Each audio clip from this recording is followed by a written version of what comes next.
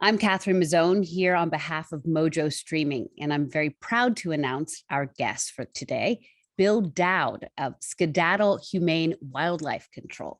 Bill, thank you so much for joining us. Thank you for having me on. Great to be with you. Yeah, so we were just chatting briefly before we started about the difference between humane and relocation. And I'm just going to jump right into it because apparently that's one of the biggest misperceptions that people have about your business. Right, exactly. Most people assume that if they have a problem with an animal in their attic, in their chimney, underneath their deck or shed, the solution is to set a trap it, take it away, and out of sight, out of mind.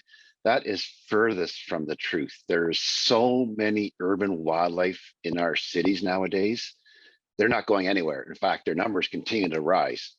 For example, research has shown in a square mile, there could be anywhere from 15 to 50 raccoons. Same with skunks. I mean, squirrels could be in the hundreds in different parts of the country. So the real solution is not to trap all these animals and take them away, because 70% of relocated animals die. Once again, documented studies have indicated this.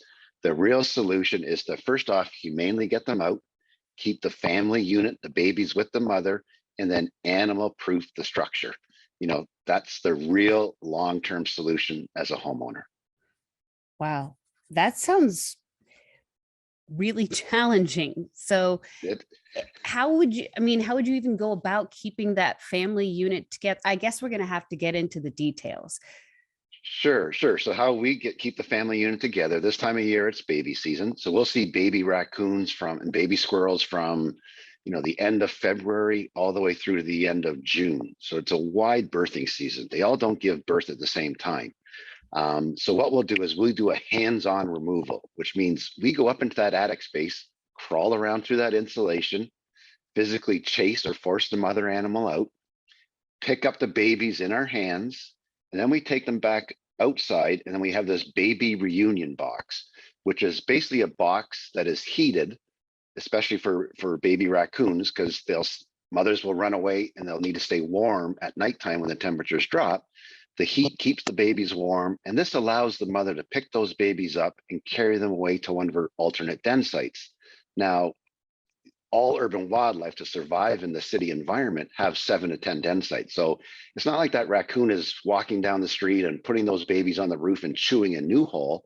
She already knows that, oh, there's another chimney. I've been in there before. I can go in there. Here's another house. I've been underneath the deck. I can go there. So they are actually flourishing in our cities because 2 reasons. One, we're giving them the food sources, meaning, everybody puts their garbage out the night before when animals are out foraging for food. And 2, our homes. We're leaving our chimneys unscreened, vents on our roofs unscreened. We're giving them the opportunity to grow in numbers in an urban center. If it's going to an alternate den site and that den site happens to be in someone else's home, what happens then to the animal? I mean, we don't know whether it survives or not. They might not be so kind at that other home, or it sounds like you're almost pushing it out, but it has no place. So how does that work?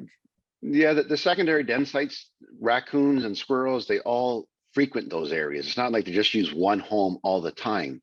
So for example, if a raccoon is out foraging for food in the middle of the night and it's 2 blocks away and daybreak is about to arrive, or sun's about to rise, that raccoon is not going to walk through people's backyards or down the middle of the street to go back to their home 2 blocks away. They're going to say, oh, I have this other attic over here that I know I've already made a hole. I'm just going to slip into that area. So they have these multitude of den sites, and that's just how they flourish in our city environments. So it's kind of, when they give birth in a particular person's attic, it's just that homeowner was the unlucky one that female was ready to give birth, and she just happened to be spending that day in that attic and gave birth in that attic. I see. So it could be that it becomes someone else's problem, but we're hoping that they have enough sites to where it doesn't have to necessarily be someone's home that they're moving into, right? Because they might have another den just closer by that's actually under a bridge or something, right? Right, they just have these den sites and nowadays, 30, 34 years ago when I started this business, there was more people, just shoot it. I think now society's kind of come along that people are more tolerant of having wildlife in their yards and they enjoy, maybe they see a nice fox run through their backyard. So people are more, society's come around that they're more tolerant of this and they realize that yes, these animals are in our city, they are wild animals, keep your distance. And if you don't want to have a problem, animal proof your home, put the screens on your chimney, put the screens on your vent. Nowadays, every single home, there's anywhere from 35 to 50 items that are vulnerable for raccoons, squirrels, skunks, birds, bats, mice. So, if you really, be proactive, as a homeowner, take a look around your house, hire a company to come out and animal proof that structure. So you don't have to worry if you see that fox, you see that skunk, you see that squirrel, your home is protected. Yeah, it sounds like your business is as much about education as it is about, I guess, taking action. Yeah. How Exactly. much of, We're constantly educating the public. As our corporate call center that answers for all of our franchise locations across Canada and the US, we'll get anywhere from 300 to 400 phone calls a day. And virtually every single phone call, the homeowner says, I have a squirrel in my chimney, I have a squirrel in my attic, come out and trap it and take it away. So, we need to educate them why, that is not a viable, ethical, or humane solution. Because if you're going to trap, you can buy your own trap. Now we're in a birthing season. You trap that mother squirrel or mother raccoon and take it away. You have babies that are left to die in your attic or in your wall cavities. And, every year we get these calls. It's very disturbing. If the animals do die, it's a lot more expensive because, if the animal dies down a wall cavity, all you walk in that front door, you smell death. And then we have to start cutting holes in all the walls trying to find these dead animals. So it's a lot more economical to get the animals out when they're alive than trap that mother female, that lactating female, and take her away, because then that's just a death sentence for those babies. yeah. But are there instances where you find the babies, but not the mother, and you have to figure out how to reunite them then? Yeah, there is those cases where we'll go to a job site, especially with squirrels being active during the daytime. So we'll go into that attic, we'll crawl around, we don't find the mother squirrel. So we'll just take those babies out. The thing with urban wildlife, they are fantastic mothers. So when we take those babies out, we have some tricks of the trades that we teach all of our franchise locations that to allow that mother to hear those babies, and she knows that's her den site. She knows that's where her babies are. So she will come back and pick them up, and then we'll do follow-up visits to ensure that that's a success rate. Wow. So you're obviously successful with this because you have franchises and lots of locations across North America, it sounds like. Uh, is this, I mean, it seems kind of revolutionary and simple at the same time. Is It, this something that you just thought up one day? How did this come about? yeah, it kind of started back in uh, 89, 90, 91, 1991, when there was a viral strain of rabies called raccoon rabies that was coming up the east coast of the US. Started in Florida and was slowly working up the east coast towards Canada. So our corporate office is in just outside of Toronto. So, in the early days, my first couple of years in business, we used to, same thing. We never trapped. We would chase that mother raccoon out. We had to catch her. We'd bring her back then it was my house, and we had holding pens, and we'd feed the mother, feed the babies, trying to calm them down. We'd take them out to the woods and let them go. But then the government made it illegal in Ontario to relocate animals because of the viral strain of this rabies. So we didn't want to take an animal from, say, Toronto to Hamilton, an hour away and release it, or 40 minutes outside the city and let it go. So we said, we need to change our methodology. So, we then said, okay, we're going to release these animals on site. So we had to, explain that to the homeowner that it's better to keep this animal in this neighborhood. This is her domain. She knows your home is a den site. We're going to make it animal proof. We're going to give you a lifetime guarantee. So if we spend 8 hours animal proofing your home and that raccoon gets back in, it's on our nickel to get it out. So we focused on that and educated that homeowner that raccoon's going to stay in the neighborhood. It's going to help keep out, strange raccoons.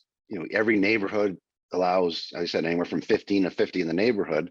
So she's going to be kind of be a protector of your neighborhood. We'll make certain she can't get in and any other raccoons can't get in, and you have our lifetime guarantee. So a lot of educating goes on. As I said, most people just think trap and relocate and out of sight, out of mind. So, we have to explain to them that there's a lot more ethical and humane solution to deal with urban wildlife. And hockey before this, right? Yeah.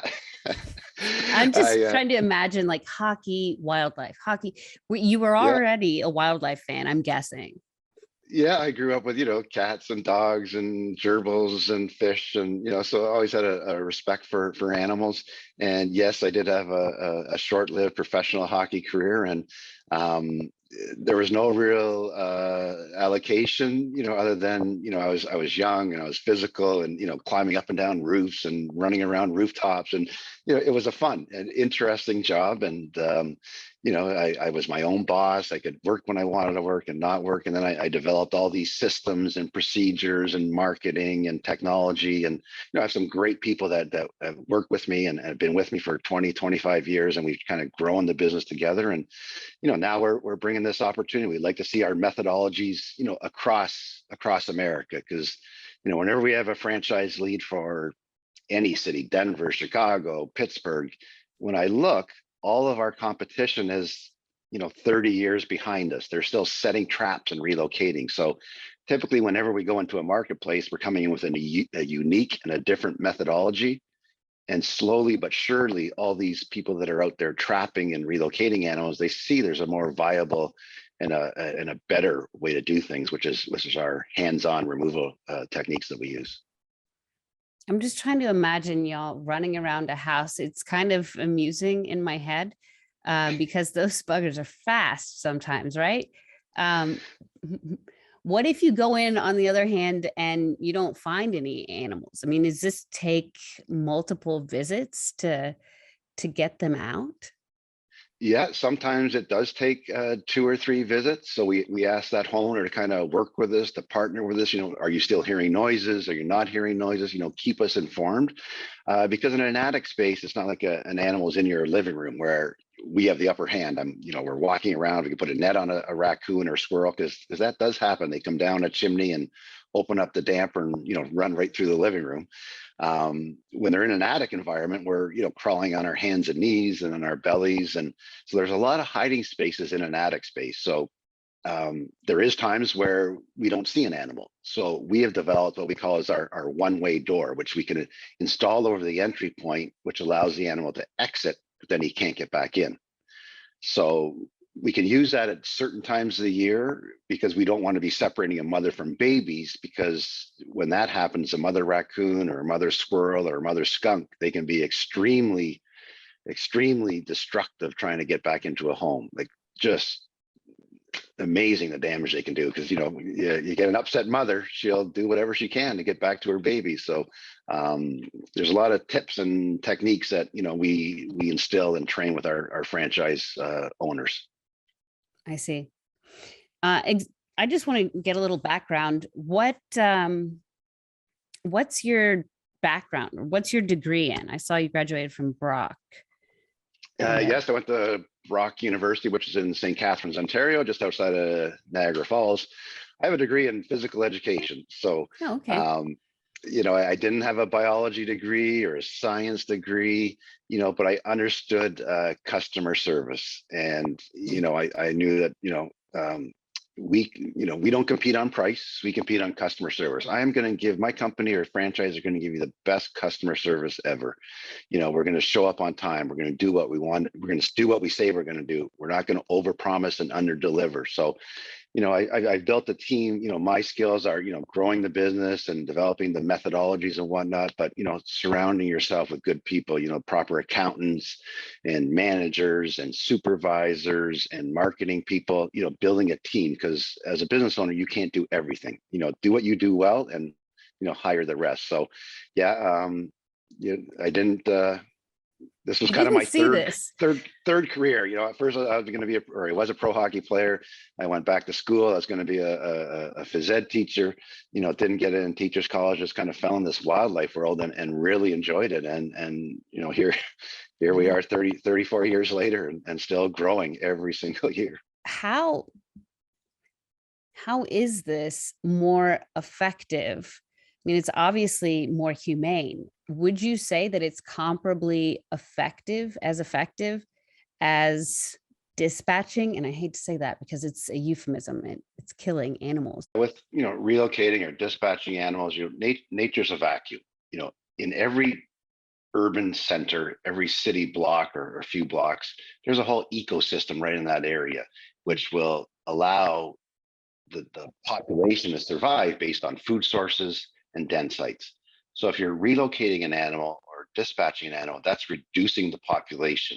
And every year, we'll have homeowners that say, "Oh, I've trapped 20 squirrels for the past 20 years every year, and I still have squirrels in my backyard." It's like, that's a great hobby. You keep on doing it, because every time you take an animal out of that little ecosystem, that allows outlaying animals to then move in. And there's more den sites, there's more food sources. And once again, there's been documented studies that show this, that the population will actually increase by 30%, because the mothers that move into that area with more den sites, more food sources, instead of having litter sizes of 3 or 4 babies, they might have 5 or 6. So the population actually increases. So you want to keep that ecosystem balanced. And that's why, that animal proofing that structure, when your home is protected, that animal has those alternate den sites in the neighborhood, and they're just going to spend more time in those den sites as opposed to that one that we've evicted them out and excluded them from getting back in.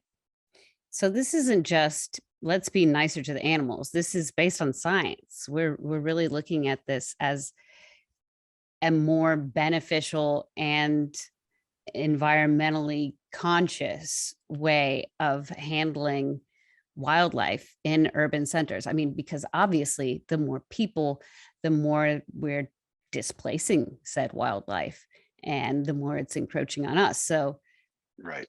how do we live more cooperatively with wildlife? I think, be conscientious that, the wildlife is all around us.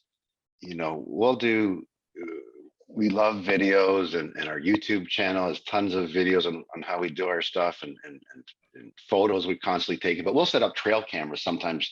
A homeowner might have a skunk underneath their shed. So we'll put up a trail camera to see, what goes on at nighttime. And there's a whole world out there, the cloak of darkness when we're sleeping. In one night, we'll catch on our cameras, not only a skunk, but we'll see a fox come through, a raccoon, a mouse, a rat, and a possum. There's a whole, a lot goes on in the cloak of darkness that we as humans don't realize. So, they are out there. So be conscientious they're out there. Keep your garbage in a secure container that animals can't get into. Always put your garbage out first thing in the morning, not the night before, because this is when the animals are out tipping over garbage cans and getting into the food sources. And then, most important, animal proof your home. Put screens on your chimneys, put screens on your roof vents, put screens on your vents on your walls. Any crack or crevice, seal that up, because these animals are opportunistic. If they can get a little crack or crevice, they can get their claws in or teeth into. A squirrel will make a hole the size of a baseball, and then he'll be able to come and go. An American red squirrel only needs an opening the size of a golf ball, and he'll squeeze in. A mouse or a rat only need an opening the size of a dime, and same with a bat. A raccoon will take that little crack and make it the size of a football to get into your home. So, these animals are opportunistic. So take those opportunities away from them. Protect your biggest investment of your life, your home, and you should be fine living in a city. The next thing you'd have to do would be to live in a condo or an apartment building, but then you're going to have pigeons living on your balcony. You're going to need to net that off for the pigeons. So, you can't win. As I said, there's more animals nowadays in our urban centers than there is, living out in the country. Yeah. Well, and I think that's important to say that just because we don't see them doesn't mean they're not there. I mean, Right. those unseen raccoons really got me because I don't see any raccoons, but they're there. we have some areas that we service, in Vancouver, Victoria, British Columbia, we do get there's a lot of bear activity in that area, Wow. or Northern Ontario in Canada. There's some bear activity, they might be in their decks or sheds, but for the most part, any animal, whether it's a bear or an alligator or a big snake in Florida or Texas, Yeah, same I didn't even principles think apply. about those things. Yeah, same principles apply. If they're underneath a structure or in a structure, we have the knowledge that how to animal proof that. So once we get them out, they won't be able to get back in. And I have a whole crew of people here in Canada, the A team, that would, couldn't wait to get down to Florida when we get a franchise in Florida to go deal with an alligator or a big snake or something like that. Yeah, So I'd be on that plane too, because those would be pretty exciting jobs to I get would on and do imagine. that.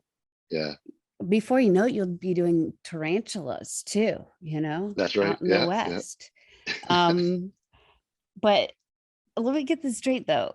For bears, you just go in there, you just say, "Hey, bear." Well, we've had a couple of calls with bears where, when we talk about what needs to be done, it might be a deck that's, 5 feet off the ground, and, you got to net all that. But, by the time, bears are pretty nomadic, and they just typically just move on. So we give a lot of free advice over the phone for homeowners that are calling in that, kind of, here, this is what you need to do, some habitat modification that, the animal will just move on by its own accord. Mhm. And you haven't had to deal with any really dangerous bears, right? Probably the most dangerous we've dealt with, and this is, geez, 25, 30 years ago, we had Japanese snow monkeys that, What are those? yes. So Japanese snow monkey macabres, they said about the adults would be about 3 feet high on all four. They're from the mountains of Japan. So they're used to cold weather. They were living, or somebody had them at a private zoo just outside of Niagara Falls. And this person opened the cage and let them out. So we got the call from the government that, these monkeys were running loose, and can you guys come and catch them? And we were kind of young and not as educated. Oh yeah, we could do this. And we went out, and it's almost like we were in Africa. We pull up, and we see the gentleman. It's kind of more rural area. The gentleman walks out carrying a hockey stick. Canadian, he's got to carry a hockey stick, not a baseball bat. Of course. And what's he got a hockey stick for? So anyhow, we look up in the trees, 60-foot pine trees, and you see the monkeys swinging and jumping from tree to tree. And it was the coolest thing. And then what was happening was the female would go into heat once a year, and she would try to mate with the homeowner. So he was carrying that stick to kind of not to hurt her, but kind of keep her at bay. And this couple just loved these monkeys. They would go to, Buffalo was 20 minutes over the border. They go to Buffalo Zoo and get primate food, and they're feeding them. So the reason the government call is the two young ones. There was a young male. He started showing his dominance and was, attacking people. And they carry hepatitis, HIV, a lot of communicable diseases for us as humans. Anyhow, we use the gentleman as bait to catch the mother. We use the mother as bait to catch the two young ones. And then we said, okay, now we got these monkeys. Well, what are we going to do with them? We called Metro Toronto Zoo, said, we got some monkeys. Would you guys be interested? They're like, no, we can't take them. If we introduce them to a troop of monkeys at the Metro Toronto Zoo, they'd be killed instantly. Yeah. So we found another zoo about 3 hours away in Peterborough, Ontario, and they took the monkeys there. Wow. And the gentleman had to actually, they sent him testing to the CDC in Atlanta to be tested because of, HIV and hepatitis and what have you. Anyhow, he came back negative, but because he had all scratches all over his neck as the female would kind of try and mate with him. So that's kind of our most dangerous animal we've captured to date. Heck of a story. Yeah. It's just a fun and different, unique business that, you're out there. It's really exciting. Yeah. Sounds like it. So what haven't I asked you that you think, is there anything that you think I haven't asked you that you'd like to include or that people should know? Maybe just that, we'd like to see our services, our humane services, growing further across the US, because it really is tough when people think, just especially now that we're in baby season, that, all across all these cities, people are thinking, oh, just set a trap, and they'll trap, and they'll take that nursing female, out to the country and let her go. And then these babies are left to die and rot and suckle on insulation in attics or in wall cavities. So just to, educate that trapping is definitely should never be done during birthing season from, end of February into end of June, but even other times of year, because, in hotter climates, if you put a trap out on a roof and you get a squirrel in a trap and it's on a roof in 100-degree weather, that animal is going to die a slow death of heat exhaustion and your heat stroke. And same in northern climates, you put a trap on a roof in Minnesota in the winter and you get a raccoon or a possum or a skunk in a trap, I mean, it's going to freeze to death by the next morning. So even though people think trapping, these they call them so-called humane little box traps that the animal goes in there alive, but based on the weather and the birthing season, they really aren't very humane. So, just in our opinion, trapping really, really needs to be kind of reduced. And, we'd love to see more companies do a more humane approach, such as what we do here at Skedaddle. You wouldn't mind the competition, sounds like.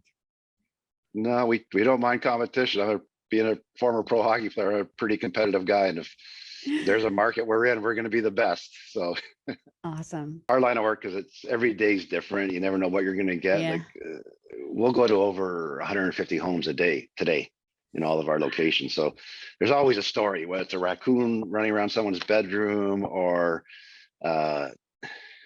in weird spots, like in a Home Depot, we've had baby raccoons in a big barrel that we have to get out. It just never ends at some of these fun jobs that are great visual from a, whether video or a TV show that are out there. Sounds like a reality TV show.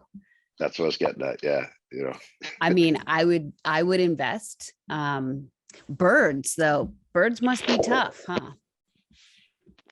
Yeah, no, we can handle them. Birds. Like, we've got birds like in a commercial setting, like a Home Depot or a Lowe's, they'll nest up in the rafters. So we have to net all that off. Birds will, in a residential home, a vent for your kitchen stove or your bathroom, birds will nest in there. And everybody thinks the nest is this nice little round nest that you see on TV. A long pipe, we can pull out 2 garbage bags full of nesting material. Wow. And people always think, well, you touch the birds, the parents aren't going to come back. That's a fallacy. We'll pick those birds out and we put them on the wall. We seal off where they can't get in. We'll put a baby jug there, so the parents can come back and feed them. And it's a great educational tool, especially if young family, have your kids watch and you'll see the parents feed them, and then they're gonna leave the nest. And another thing we always educate, if a bird is on the ground, don't pick it up. They're learning how to fly. They can only fly 6 to 10 feet for a couple of days before they get their real wings. Kind of like a toddler, learns to crawl before he walks. Don't touch those birds. The parents are around, they're feeding them. So it's a lot of educating with that. The birds leave, just knock our jug off the wall. Your house is protected, but you use this as a great educational tool for your children. Yeah. So it's always educating. Yeah. Yeah. Well, keep at it. I'm sure it's, I mean, definitely respect and appreciate that. Your mission. Yeah, exactly. Bill, thank you so much for taking the time to speak with me. I will definitely have your link either at the bottom of the screen or somewhere where it's easily accessible so folks can find out more about you. Oh, that's great. Excellent. Yeah.